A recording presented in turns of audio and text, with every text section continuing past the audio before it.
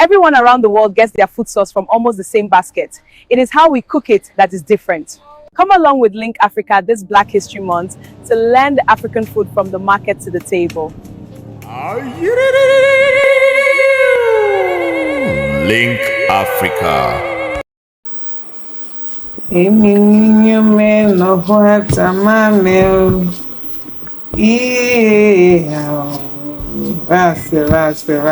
Onanihi omo ikpemi kahi ona ikpemi imui alibasari oni mano uhamano like this oni ikpemi oribi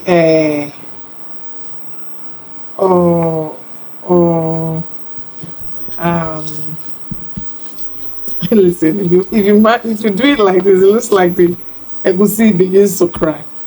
The onion, my grandmother will tell me, helps the process. And before long, I want you people to see what is going on. Before long, see, the oil is already coming out. Look at this. Look at this. Look at this. Look at this. Before long, the oil comes out. This is what my grandmother taught me. Onanihi, ikpeni. Ama ireme, iwi ora ireme. Onomona. We like it too much, this soup. Every time you talk about soup in Ora, the first thing they say is Omo Ikpeni. Look at that. Listen, it is good to learn to cook. One thing I learned from my grandmother was cooking. Maybe if she baked, I would have learned to bake, because baking is a very frustrating process for me. But you see how easily the egusi scatters. If you manure it well, it begins, once it brings oil, you know that your egusi soup will be good. If it does not bring out this oil enough, I guess the egusi will scatter in the soup. See this? Omo ikpeni ni honinye. Ono damina. I tell you, right. I will show you the end result of my soup. But look at this. Look at the oil. I wonder why Nigerians never, process egusi to get oil out of it too. Because this is interesting. Look at all the oil coming out of it. That's it.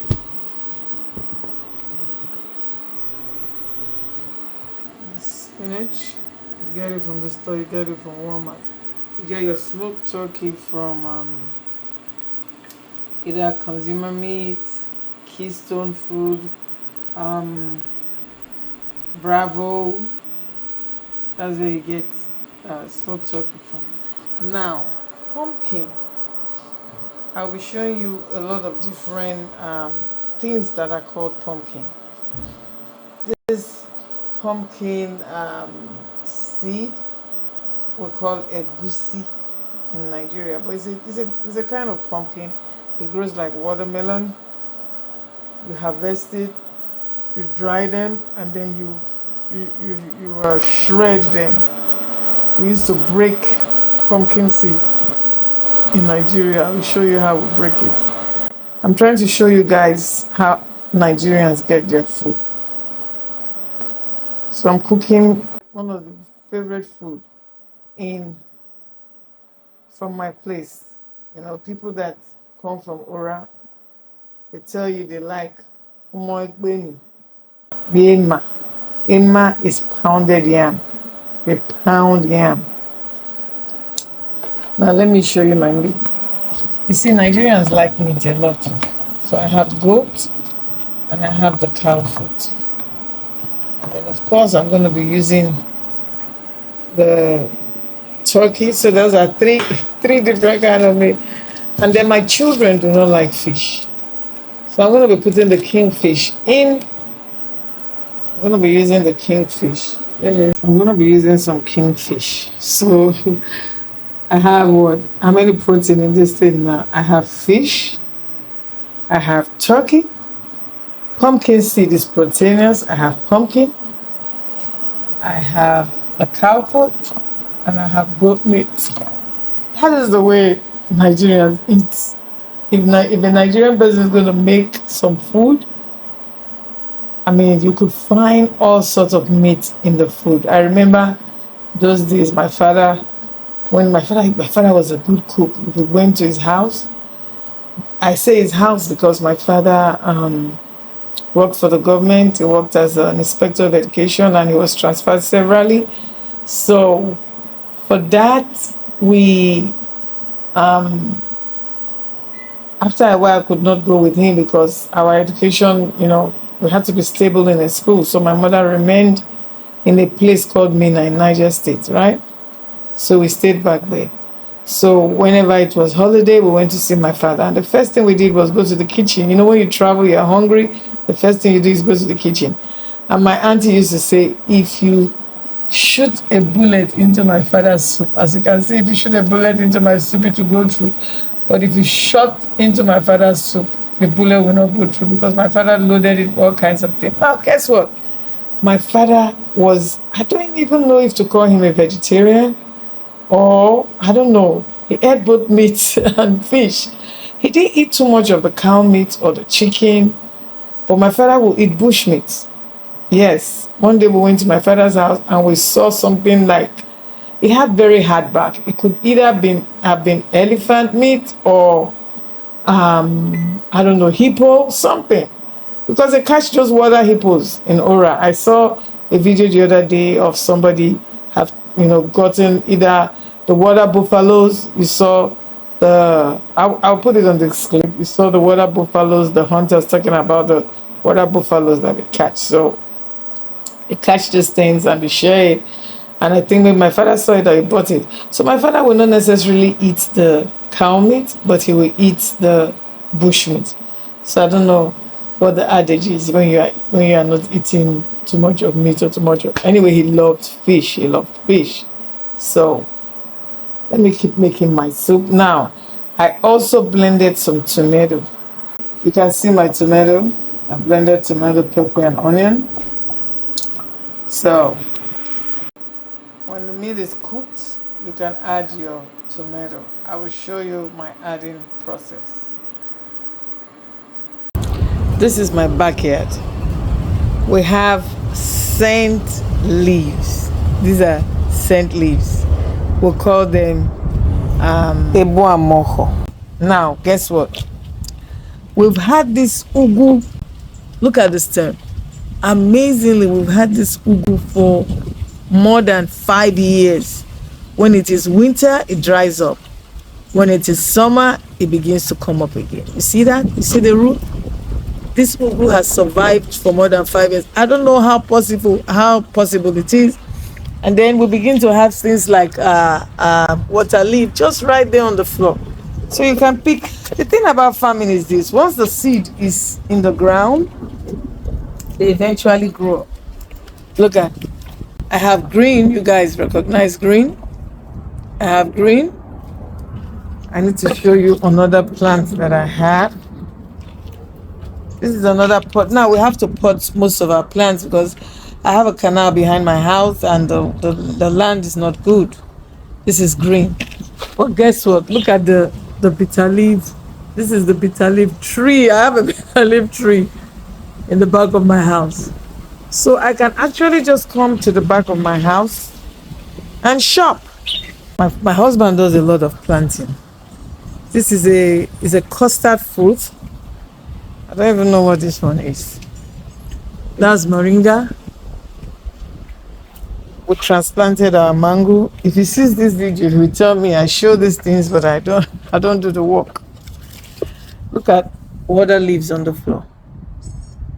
Water leaves on the floor, right? That's a pineapple. We have some potato in the pot. This is tomato. So if I come to my backyard, I can actually just pick what I need to cook. Now this is a bigger tree of scent leaf. Look at that amazing water leaf at the bottom there. This is right in my backyard. This is green. I have another big bush of green here. Unfortunately, I can't find the ugu. The ugu is rather, dead this time. But these are the things you can find in my backyard. So I'm gonna be cutting some. People call it chow, but I need to find out. And this is not a besera. It might smell like a besera. Ebesera is the leaf. Ebesera simply means the the leaf that is spicy. There's a spicy leaf we used to cook in Kora. It's called ebe. Ebe means leaf, right? So ebe no esira. Ebe no esira. The leaf that has pepper in it. I'm just going to throw. You see my seed? Look at my seed. Look at the seed. So when I cut it, I just put it on the floor again, and it will grow. This is actually my backyard in the US here, right? So I just came to my backyard to shop for my vegetables. When I hear Nigerians say they can't plant, I wonder. Nigeria is so fertile. Look at the water leaf has a lot of seeds. So I'm just going to cut them and drop them on the floor. And guess what? It rained yesterday. This is not raining season anyway. But Florida is a funny state. Just funny. Florida is just funny. So, you see everything I have in my backyard? If we have to go off grid, at least we can survive. At least we can survive. So I got some vegetables from my backyard today, so you can see. I have chow. I have green. This is the green, and you can see the water leaf. So let's go. All of this is going to be going into my. Oh wow! Look at this. Look at this. This is some healthy water leaf I can also plant. Use. You put some water leaf in your egusi soup. I don't know what your preference is, but this is water leaf. Now, this is my remaining leaf. This is bitter leaf. You know what I discovered when I was growing up as a child? My grandma. Now the Igbos like bitter leaf a lot. The Igbos like bitter leaf. They have bitter leaf soup and all of that. And my mother, my grandmother lived in Enugu. My mother was born in Enugu. So my mother speaks Igbo, right? So they like bitter leaf soup. So my grandmother will pluck bitter leaf. And look at this leaf. Look at how it looks like it's dead. Let the sun hit the bitter leaf so that when you wash, it doesn't break into pieces. But I learned another way of doing bitter leaf. My mother-in-law taught me that if I just took this bitter leaf, the soft stem, right? I took some of it like this, and I beat it in my blender for. Listen, just beat this bitter leaf in your blender for 2 minutes. That aspect of washing bitter leaf is gone. Those technology. Those days they used to wash bitter leaf. The aspect of washing bitter leaf is gone. Oh. Now you can just beat your bitter leaf in your blender for 5 minutes, and then you can wash off the first taste of bitter. Look at the mighty bitter leaf tree I have here, right? I don't need too much bitter in my food. The one I got at the back there was so fresh. I don't need too much bitter in my soup, but look at. So I can just beat that leaf in the machine, and I've made my I've washed my bitter leaf without having to go through the stress of washing bitter leaf. So come along with me. Look at my different protein. Look at the goat meat. You can see that the goat meat to me is just about cooked. I'm going to be adding now, because the turkey is smoked turkey. As you can see, the turkey is smoked. It's hard. So I will add my turkey now so that it can cook for a minute before I start this process of making my soup. So these are the three different leaves that I got. But I'm going to separate the bitter leaf.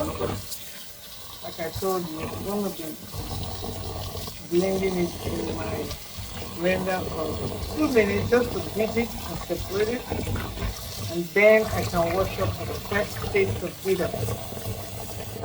Now, bitter leaf is so medicinal. They say it gives blood. I remember when the first time I met my husband, I went to his house. He made one soup with bitter leaf. He called it ogwobara. Even people, where are you? Ogwobara. Right? It means the leaf that gives blood. Bitter leaf. This is old. I can still watch it. So he made bitter leaf soup. And it was nice. Remember, he could cook. So let me separate my bitter leaf.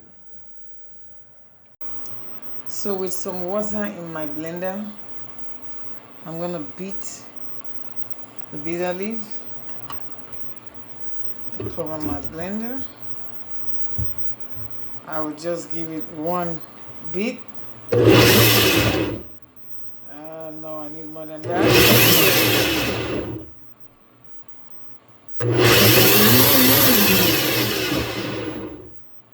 So you guys see what happened? The leaf is shredded.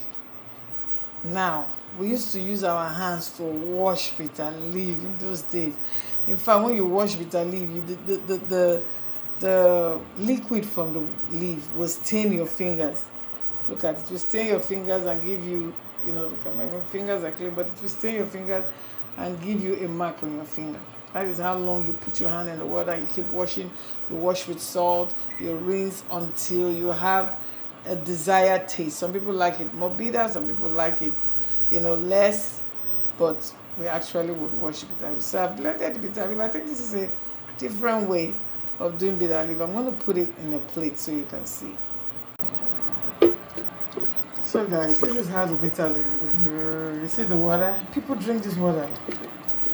This is the water they say is good for the blood. It's the bitter. I won't be drinking it. Look at the foam on the bitter leaf. Look at this. I saw a video the other day of this guy in the farm or wherever he went to. He got some leaves.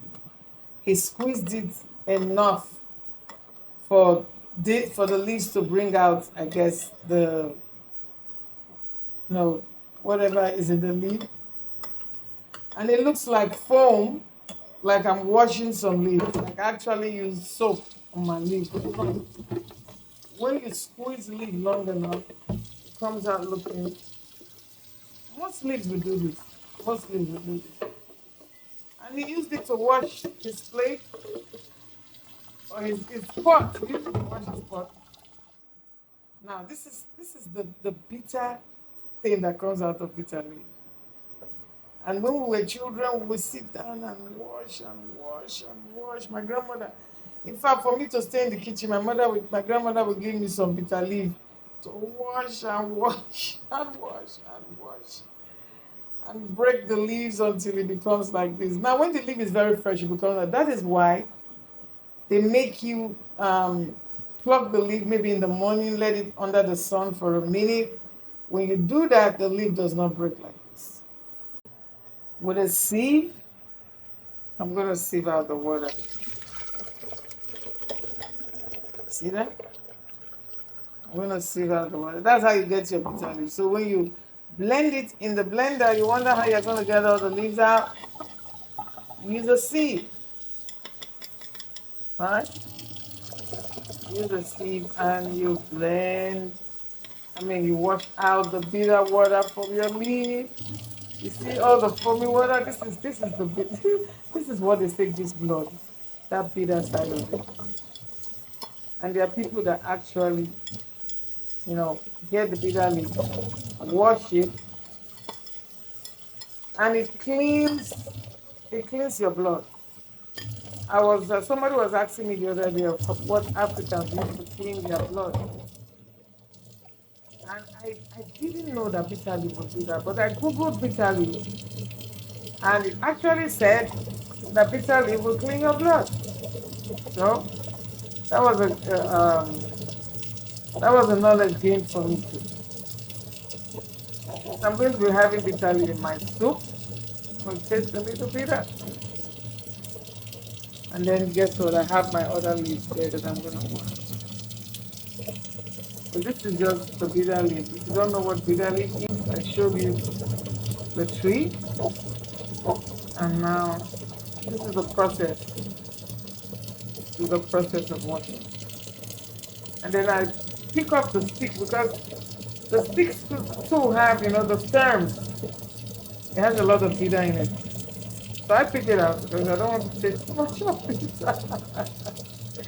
I don't want too much bitter in my soup.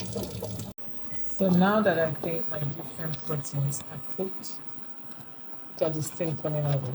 Yeah, this is clearer. This is my turkey, right? You see, there's not too much water in here, but the pepper and the tomato that I blended, I will now add. So it increases the volume of the liquid anyway. See that? I will allow this come to a boil.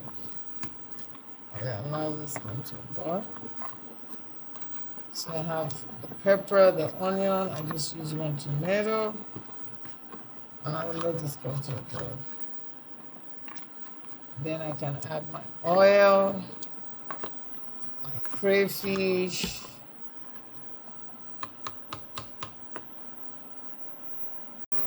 So you see, these are all the leaves. This is the green leaf. The Jamaicans call it callaloo. This is water leaf. And I think this is the scent leaf. Look at the different, you see how the leaves look? This is scent leaf. This is green.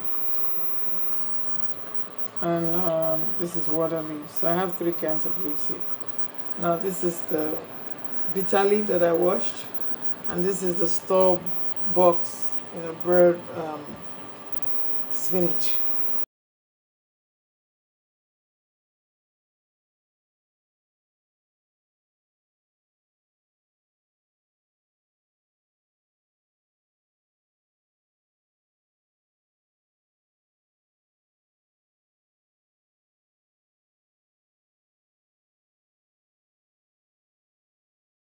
Now, when they get a lot of it, they blend it.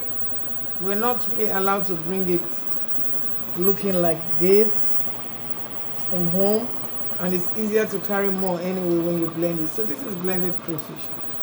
This is what they call crayfish. It's like little prawns. When you cook prawns. I try to zero down on, you see what you see there is crayfish. When it is fished out of the water by the fishermen, it looks almost clear. Blended crayfish. Now this is palm oil. Palm oil gotten from palm fronds. This is the African palm oil. You get palm oil from China now. The Chinese people are growing palm. This is palm oil we use in the soup. So I'm going to be adding my palm oil now. You add according to your desired taste. For a while, a lot of people have stopped using palm oil because they have so many very negative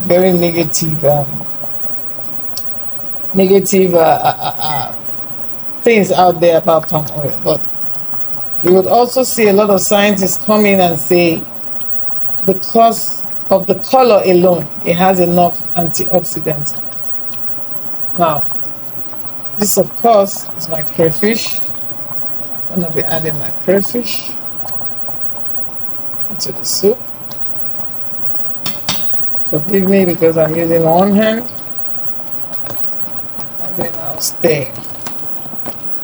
So I've added my oil, and I've added my crayfish. I'll let it come to a boil, and then I will add my egusi. See, this is the pumpkin seed. I also want you guys to see where my seasoning comes from. So I use Knorr. You can get this from Walmart. You can get Knorr chicken. There is Knorr beef. I don't know if there's Knorr fish. You know, Knorr and some salt to taste. So we have the crayfish, we have the palm oil, we have Knorr, we have salt, we have pepper, we have a seed of tomato, some onion. These are the things that will make your soup taste African. The three major things you probably might not be able to get in the US is the egusi, the palm oil, and the crayfish. I've put it out, but the crayfish. Those still come directly from Nigeria. But if you go to the African store or the Nigerian store, you can ask them for these specific things, and they will get it for you from the store. Look at how beautiful my soup looks like with all the different colors and all the different protein. And my kids don't like fish, so what I did, I had some fish. I had some kingfish. Call them kingfish. So I made the fish separately. I'm gonna be serving. Look at my fufu. I'm gonna be serving myself. So I have the different kinds of meat. So I have the. Okay, I'm gonna take this out because I'm not going to be eating the same meat. I told you Africans eat all sort of meat. So this is a smoked turkey. I can drop it. I will take a goat instead, a piece of goat meat. And then I will take a piece of cow food. A piece of cow food. This is the cow food. And listen. My food is rich, right? I'm going to take a piece of fish.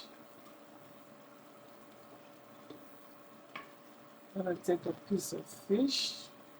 Look at that. See. Look at my food. Look at my food. Bon appetit. Come join me. I fasted today, right? So I'm breaking very heavy. But hey, I'm not eating fufu forever. So come join me. Come join me. Bon appetit. Are you ready?